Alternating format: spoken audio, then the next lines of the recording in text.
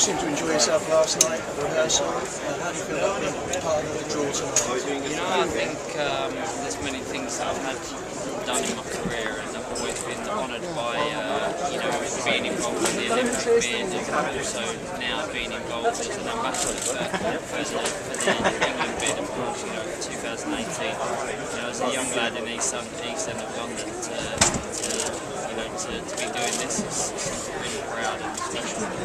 Do we have to fear anyone in the draw? Of course, you know, I think there's many countries that you have to be aware of. You know, you can't fear people because it just, you know, brings that sort of scared mentality. But I think that we respect the other bids that are there. We know the work that we have to do. I think the positive and what the characteristics that our country can bring to such a big and the biggest sporting occasion in the world is, you know, our diversity of cultures throughout our country. You know, there's not many countries in the world that could host a competition and say have Brazil come and play and probably fill a whole stadium full of Brazilian fans and people that live in our country, and that could go for many other countries as well. So, you know, and I've also said before, if we was to host the World Cup next week, you know, we'd be ready. We've got the stadiums, we've got the hotels, we've got the facilities, we've got the public transport. So our country would be, you know, amazing hosts, but we know that we can't be too arrogant to just expect that just because we've got one of the most watched and one of the biggest leagues in our country in the world. You know, it doesn't mean automatically you're going to get a World Cup, so we know we have to work for it.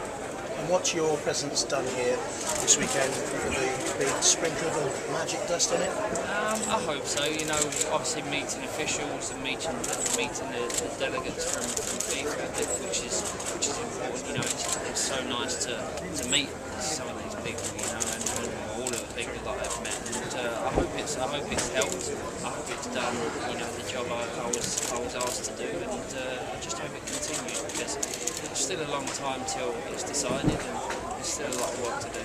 What have you made of South Africa ahead of next year's World Cup and the encouragement you've received around this 2018? Well, obviously, you know, I've been to South Africa a few times before. It's the first time I've been to Cape Town, and you know, you can see the renovation that's gone on, you can see the hard work that's gone on in the country, and you know, it's such a proud country, and they're so proud of not just the sports and the football, but they're so proud of their country, which is such an important thing. You know, us English are exactly the same. We're so patriotic about our country, and they're so proud to have, you know, the biggest sporting event in the world in their country. So you know, you get that feeling. You get that feeling from children. You get the feeling from adults. You know, they're just so excited to be hosting, you know, some of the best players in the world.